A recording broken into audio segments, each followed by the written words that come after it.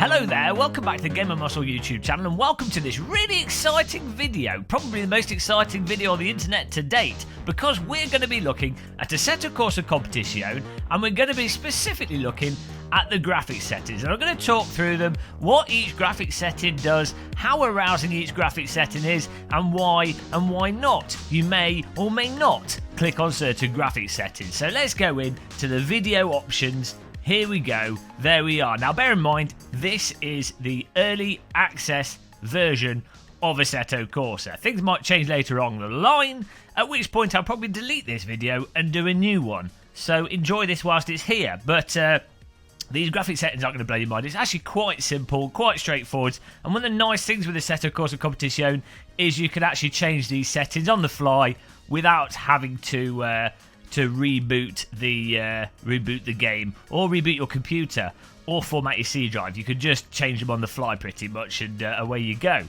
You know what though? Before I actually do change settings, let's load into something, and then we'll change the settings whilst we're in something, and then you'll be able to see the exact direct result of those settings as I go through them, which will be nice. It'll be, you know, I'll try and find ways to spice this video up. Nice quick load times, of course. Assetto Corsa Competizione uses the Unreal Engine. It's Unreal, and it's an engine. Let's get on the track here, start race. We should be able to start rolling. Maybe we can go to an external view, and then we can change some settings. So let's just leave that there. There we go. Actually, let's change camera position. Right, there we go. That's a good place. That's a good place to leave it to look at the graphics. There we go. So you can just pause the game, go to options whilst in game, go to the video settings. Right, what settings do we have? We've got the screen resolution. You can change your screen resolution with that. Obviously, the higher the resolution, the slower the game will run, but you're going to want to run this at your native monitor resolution. That's what you want this setting to be. In my case, 1080p screen. If you didn't know that, put your head in a blender. Full screen, you can have enabled or disabled. If you have it enabled, obviously it's full screen. If you have it disabled, then the game will run in a sort of full screen windowed mode, which I don't know if VSync works in full screen windows. Sometimes it doesn't, sometimes it does. But normally you want to just be running full screen. One advantage of running full screen windowed, i.e. this disabled, is that it often makes alt tabbing less of a problem. If you're doing stuff on another monitor and you're moving things about, often that can work better. But you should get a little bit more performance if you run full screen, though that's debatable. VSync you want to have disabled, really. I mean, I guess if you've got a 120Hz monitor or gaming monitor, you could probably have VSync on without being too much of a problem. But if you've got a 60Hz monitor, in general, you just want VSync disabled because it causes latency on the input. It's not nice. It's like you're being drugged and you're driving after eating the wrong mushrooms. I told her I like mushroom soup. I didn't ask for hallucinogenic mushroom soup, so you don't want VSync on. Make sure that's disabled. Resolution scale. Now this is an interesting one, and this is a feature in the Unreal Engine that allows you to scale that internal resolution. Now the actual output resolution will be whatever you've got here, but this allows you to essentially super sample or over render the internal game. Now why would you do this? Well, one reason to do it is that you can increase the quality of the game. The textures will look sharper. The aliasing, the sort of jaggy edges of stuff, will be reduced. This is essentially super sampling. It's a form of anti-aliasing. It will up the quality of everything if you run a higher resolution scale. Of course, if you run a higher resolution scale, your computer's going to run slower because it's having to render more details. More pixels are having to be processed by your graphic card. So the higher resolution scale, the slower it gets. Now, of course, you can actually go negative resolution scale. So you can have your, say you've got a 4K monitor or something, or you've got a high resolution screen and you're struggling to run things. You could turn the resolution scale down, but then, of course, the quality is going to drop. You're going to get more jaggies. It's going to look a little bit off. So ideally, you want this at a minimum of 100. If you want to get rid of aliasing and you want things to look really sharp, then 120 to about 140 is probably what you get in terms of at 1080p at least. 120 to 140 is probably going to get you the best quality result relative to the performance hit. But you know, it will have quite a large performance hit. So in general, I mean, I'll put mine at 120 because I just found that a good compromise for the aliasing in the game with a minimum performance hit. But in general, you probably just want to keep this at 100 and use other settings. Now, of course, if you've got one of the newer NVIDIA graphics cards, after the is it the 2070 or whatever, after the 1080, I'm using a 1080 Ti in here. So any of the graphics cards that the next series on from the cards that are coming out later in 2018, if you're watching this in 4052, you're probably wondering, people play 2D games? What are they doing? We're in full-on VR. But if you're using one of the newer graphics cards, you might have some additional aliasing, anti-aliasing options, which I don't have available because I've got a 1080 Ti. If you're using like a 720, a 980, 970, 1070, whatever, then these are the options you'll have. And resolution scale at 120 is probably a good option. Wow, we went off on one there. Let's keep going without killing everyone of boredom. View distance, obviously, is the distance at things that are rendered, how far you can see before you start getting stuff being taken off the screen and what have you. I mean, I've been running these on Epic with my 1080 Ti. These are the sort of things where you might want to try turning them down and seeing how you feel they look like. If you're getting performance issues, my process is to just turn everything to low effectively and then see, does that work well? Yes, it does. Or if it doesn't work well, just go and cry in the corner. But if it does work well, then turn things up bit by bit until it starts to not work well. And also do that testing when it's in the rain or when it's in a situation on a detailed part of the track, so you know what the worst case frame rate will be. Anyway, view distance, generally for a racing simulator, you want this as high as possible because you're going to be looking into the distance. So I like that on Epic. Shadows, normally shadows are one of the most expensive in terms of a big cost to the frame rate.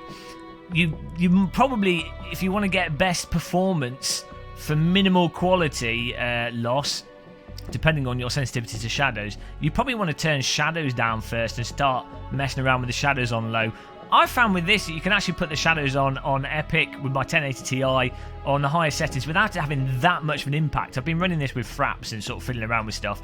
Didn't seem to have an incredible impact, to be honest, but shadows are a good one to fiddle with if you're not getting good performance and you just want to turn something down for a quick injection of frame rate. Anti-aliasing.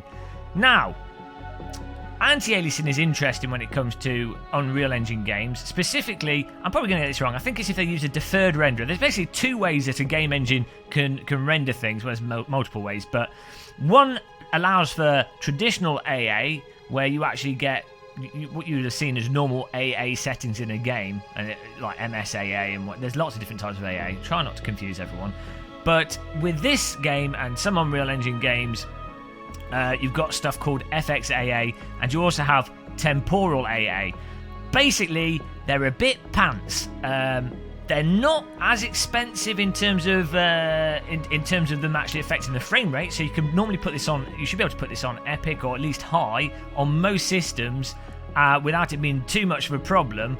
But it doesn't really work that well. FXAA just doesn't really work that well. You get all these shimmer effects. You'll notice even in this you get a lot of shimmer. So temporal AA looks a lot nicer. I don't know the performance cost. It's not something I've played around with too much. But if you use temporal AA, when you move the steering wheel left and right in the game, let's have it applied. Oh, back, there we go. Now look at the steering wheel. You see the environment looks nice and anti-aliased. But look at the steering wheel here.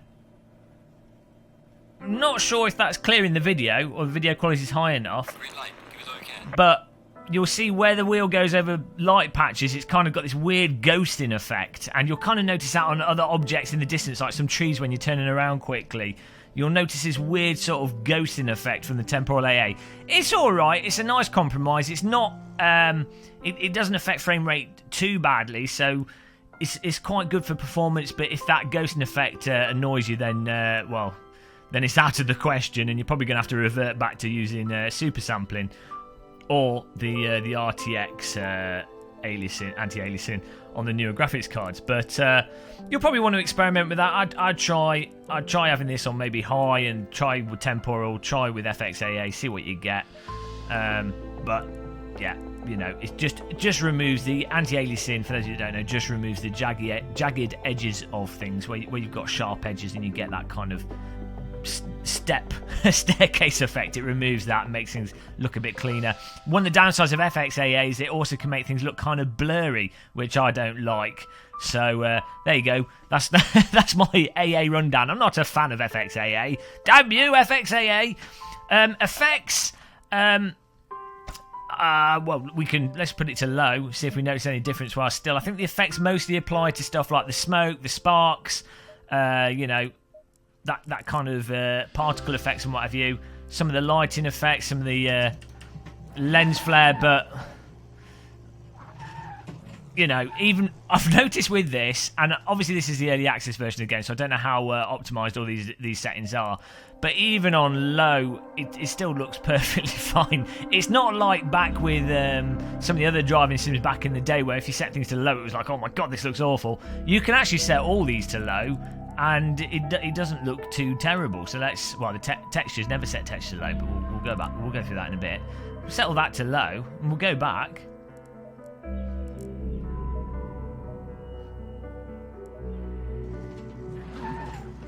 You know, that doesn't look too terrible. I don't know. You know, you can tell the car's got less detail, but I'm not noticing a complete disaster in terms of the graphics quality.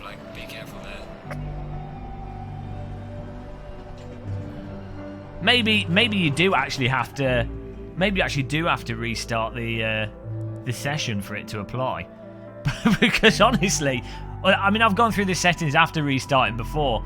Honestly, it still looks really nice. I mean, it's one of the nice things with the Unreal Engine. It always looks pretty damn fancy, even on the lowest settings. Oh, there you go. It did not. Oh no, it did. Look, it's just loading. So even with the graphics on low, it doesn't look as nice, but you know, still nothing to really complain about. I mean, I remember when games were two-dimensional. Let's put the shadows on low as well. Let's go low, all low, just for curiosity. So there you go. We've lost the shadows there.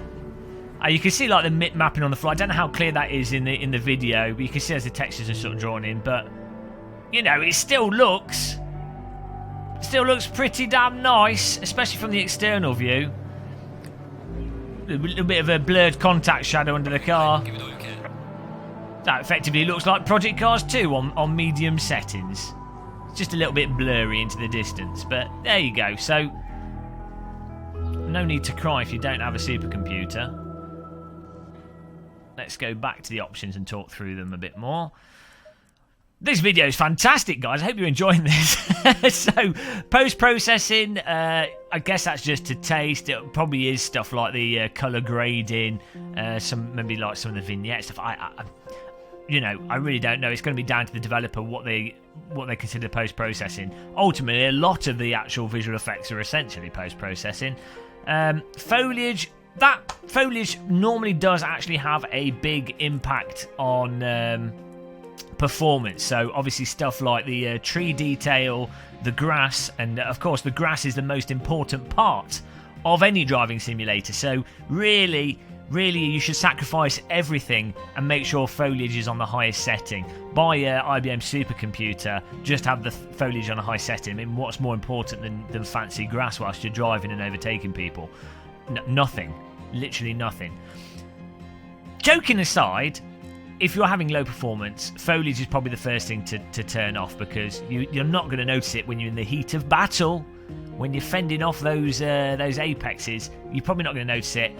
Again, the game seems to run really well, even with these settings on pretty high. I'm at 1080 Ti. I know not everyone has a beastly graphics card, but the foliage doesn't seem to have as big an impact as it might do in other games. I like it on Epic because grass is really important. But that's definitely one. If you're getting performance issues, foliage and shadows are probably going to be the most likely culprits for getting a performance boost. Texture. You need the textures on Epic. Why not? Textures normally aren't that demanding relative to the quality impact that you get in the game. So I'd normally try and run the textures as high as possible. Probably that would be one of the later options I'd reduce to get performance, because textures looking sharp is the bee's knees, and you need those sharp textures. Maybe you've got bad vision, so you don't need them, but I love the textures on high. That'd be the last thing personally that I would sacrifice. It's just that crispness, especially with driving sims. I want the road to be as crisp as possible, because I use that as little marks on the road, time marks and stuff, and little details on the road are a good reference point for what's going on with the road surface, undulations, and where you should brake. And textures are important. Turn those textures up is what I say. Vote textures 2018. Frame limit, I've set that to off. I mean, you might want to, I think it is defaults at 120 at the top end. You might want to put that on. I've just had it off. The point of a frame limit often is if you've got a really fast computer, it stops it running the frame rate too high, so that when there's a sudden increase in details, there's not like an overhead there. I believe that's the point of it. I've not really had a problem with stuff like that, apart from when playing really old games. I just have it turned off. Who knows, maybe in the future there might be a reason to turn it on. You might be having a specific bug and someone says change the frame limit. Just make sure it's not on 30, otherwise it'll feel like you're playing on a PlayStation 4. This might come out for the PlayStation 4. If it does, let's pray that it runs at 60 FPS. Mirror quality, this is another really good one for performance. Mirror quality, we'll go over this again. Mirror quality, shadows and foliage. Mirror quality will likely have a big impact on performance. I like it turned up high because all the drivers are going to be behind me, obviously, because I've overtaken them. Who's going to be in front of me? Nobody. Well, probably Antoine Jacquet Potato from our streams, Tom the Dentist, and okay, a lot of people will be in front of us, but I like to pretend that people will be behind us, and I like to look at them in high quality. So mirrors I put on Epic, but if you can work out what's behind you on lower quality settings, why not lower it? It's not the end of the world. I did notice that when you turn the quality down in the early access version of the game, stuff actually doesn't render behind at all, so it literally cuts things off, so it can be a bit abrupt, and that might affect immersion. Also, next month the VR version of the game comes out, and the mirrors will probably have a bigger impact there. It's something you notice more in VR, and so this might have a bigger effect there. So we'll have to do an updated version of this for when VR comes out, but you're probably fine with mid. I've just gone epic because I am epic, of course. Opponents' visibility. I think this cuts. I think this cuts the distance at which opponents are visible at. This doesn't seem to be fully working in the early access. I've noticed some cars disappearing when they're far behind, probably due to the mirrors and into the distance. I don't think this is fully sorted out yet, but I assume this is for a distance for when it cuts off opponents. That again might have a big effect on performance, but in the early access version, I'm not sure if this is fully working yet. So I've just set it to off. That could be the wrong setting, could be the right setting. I don't know. Motion blur. Are you mental? Why would you have motion blur on? That is not something you want to have on. Turn motion blur off. Some people like motion blur. They think it makes it feel more cinematic. In some ways, motion blur can make things seem a bit smoother. I hate it. It feels all laggy and delayed, and it's like I've been slipped the wrong kind of mushrooms in my glorious mushroom soup by a woman that's trying to poison me. Why do women always poison men?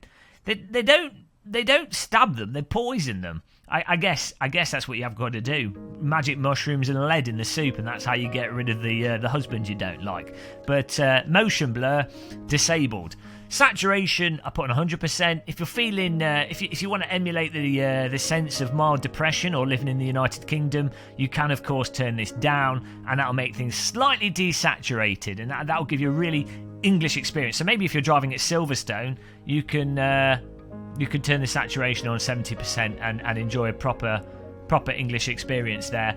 But to be honest, to avoid depression, or if your TV is a bit dull in terms of vibrancy, or you know, you just want to, again, you want to pretend that you've had mushrooms but without the blur, and without the blur, you could turn it up and it'll be vibrant. I think this is actually a simulator for Dutch people. I'm starting to get that impression.